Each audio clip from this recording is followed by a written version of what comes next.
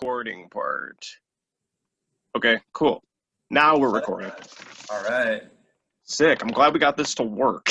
Yeah, I know. It's my first ever Zoom interview, so. Yeah, it's my first ever time doing like an interview over Zoom. I've been invited to Zoom meetings and done them for like acting classes and things like that, but this is the first time Yeah. actually like playing with it and actually getting it to work. I guess the key was not to make them type a passcode in or something, like click no passcode.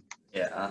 But cool. So let's just get into it. So guys, this is the first ever Zoom Flannel Fest interview. Do you want to introduce yourself to everybody for people who don't know you? Hi, I am Chad Skiz. I am an independent artist with Natalie Sparrow, singer, songwriter, producer, actor, model, all around creative. And I got my coffee ready, so I'm ready. Cool. So, and Chad is actually, for people who don't know, I think he's only the second person who's ever done a round two for an interview for my show. So that's pretty cool. That's the first time. That's like the first time in a while we've had a round two. So I'm excited. So let's kind of get into, I guess, for people who don't know you, I've known you for a little while now, and I kind of know your sound, but for people who don't know your sound, why don't you kind of talk about that? My sound it's very, honestly, it's like really eclectic. It's kind of impulsive, whatever song I'm trying to make, I just go by what the feeling of it is. And if it's using kind of like an easy example, like if it's a slower, like if it's a love song, it has like more of a softer sound most of the time, unless I want to try and do some contrast and kind of mess with it a little bit. But yeah, I usually say it's like pop based with other influences. Cool. So if you had to put like a genre on it, you just kind of put it in like more of a pop in general kind of realm. Yeah. Do you have any artists that are really like central to your sound that you really draw from, either at the moment or just a constant? I would say probably like Pink, Florence and the Machine, Okay. Adam Lambert, yeah, stuff like that. Okay. So I guess what have you been, for people who've been keeping up with your stuff? What have you been up to with the whole pandemic quarantine deal, like music wise and otherwise? I know some people have been having trouble staying creative, but they've been doing like other things in the meantime. Mm-hmm. I guess what have you been doing to keep yourself busy, whether that's musically or outside of music? Well, whenever I'm not doing my music and artsy stuff, I actually work in healthcare. So nice. I haven't stopped working. It's been like, I'm kind of apprehensive to say this, but like it hasn't been a bad deal for me at all. Even as far as music goes, because the world kind of stopped, but like us creative types, I was at a place in my life to where I could like really hunker down with the producer I work with, and we just like knocked out song after song after song after song. So now I'm to the point, the world is kind of starting to open up a little bit more, and I'm starting to kind of get the music out and promote it. And I should be busy until at least December. Has it been, I mean, with working in healthcare during this time, has it been hectic at all in that regard? Like, have you had to get a lot of testing and things like that done to keep working, or has it impacted you like stress wise at all? Anything like that? I know it's pretty scary for a lot of people working in healthcare right now. I have like two other friends who work in healthcare, and they're pretty scared and super cautious whenever they go into work every day. So yeah, I personally haven't really felt any like fear or anything like that. I just show up, do my job, sort of thing. Yeah. And I mean, you got to do what you got to do. And since we're in healthcare, we have to keep going.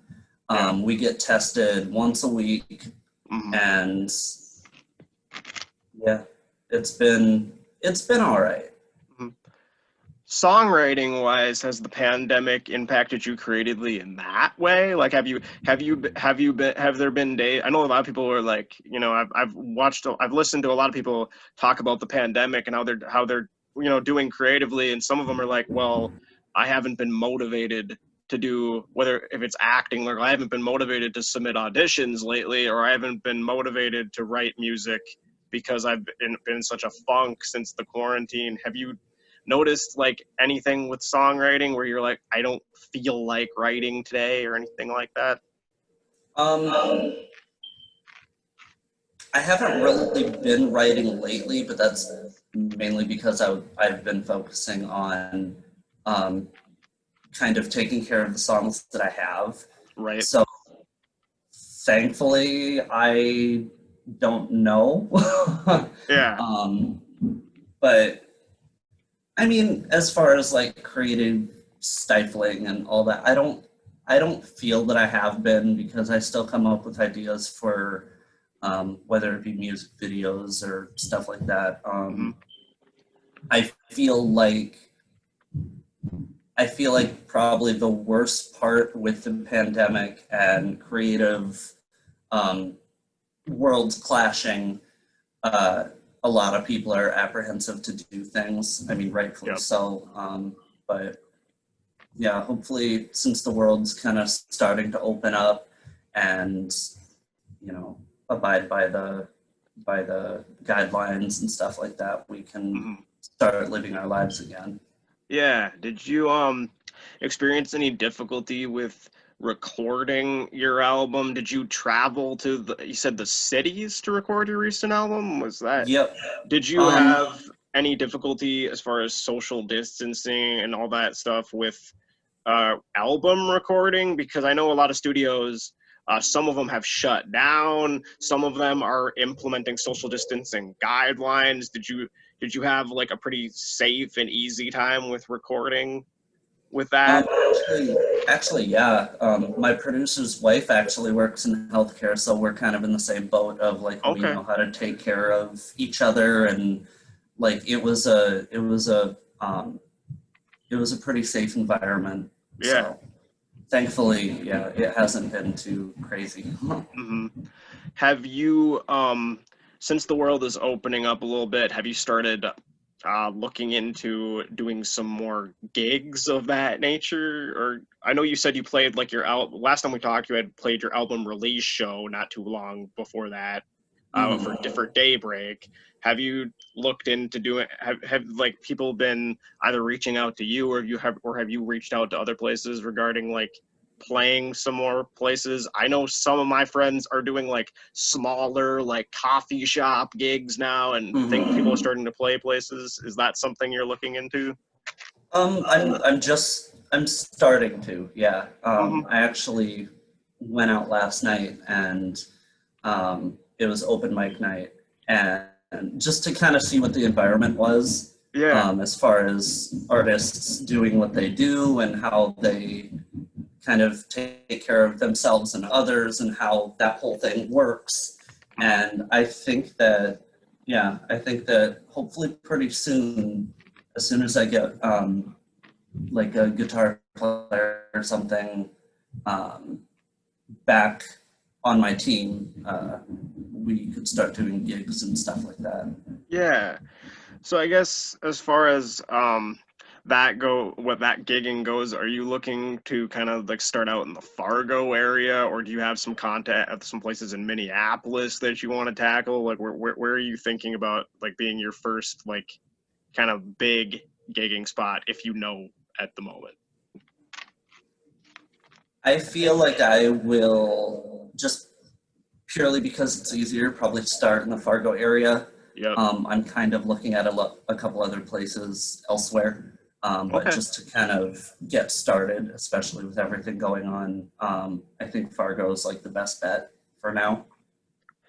Have you noticed any as far as like recording your most recent album, is it because you've worked with like video arts before in town here too, and like have you noticed any differences on the process with your albums, like with recording in either studio? Like was it, I mean, I'm not saying like one of them was better than the other, but just like any differences in the recording process for how it kind of flowed with either location? Or... Well, with my most recent stuff that I've been working on, has just strictly been in the Minneapolis area. With that, like, there hasn't really been that much of a difference. I heard through the grapevine that like Video Arts, for example, is they're implementing some pretty strict rules. And I didn't go back to Video Arts just mainly because it wasn't exactly what I was looking for with this new stuff. I kind of wanted to test the waters of trying other places out and stuff like that. Yeah. Do you feel like that helped you kind of like make this album a lot more unique? Like kind of going to a different place and different producer and all of that stuff? Like did it help evolve your sound at all with that? It gave it a little more sense of home because the producer that I record vocals with now actually, like, we've worked together on my instrumentals and stuff, and he brings the craziness that I hear in my head to life. Cool. As far as like what I did with Daybreak, I would do the instrumentals with one guy, and then I would go to the Video Arts here to do like the vocals and stuff like that. And it was a great experience. My producer's name was John. He's I know John. He's an amazing guy. Yeah. And although it was a great experience, there was a little bit of like a split. It didn't feel as cohesively connected because it came from like two different studios. Sure. So if I wanted to do one thing or another, you know, I would have to jump and be kind of like the bridge between the two. Right. As far as like, if something like that.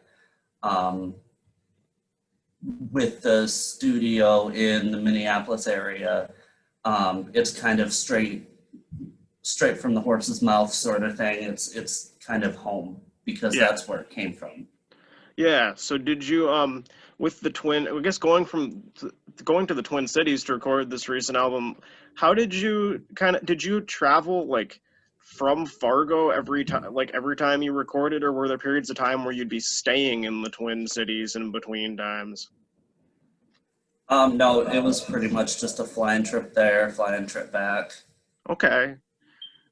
Did that did that add up after a while? Like how did you kind of manage that? Oh yeah. I mean, yeah. I was gonna say that must have been quite the. I mean, I know a professor of mine. He traveled from the Twin Cities to do like teaching every single day of the week, and it was like a 5-hour drive there and back every day. And I was like, how do you do that? So I imagine with recording, like with paying for studio costs, that's pretty crazy. Oh yeah, good gas mileage helps. Yeah. So did you? And you drove, and you didn't like use any like rental services or either. Like did you just use your own car the whole time too? Essentially, yeah. Okay. I would kind of like tag along my kind of PR representative, and because she never had the studio experience before.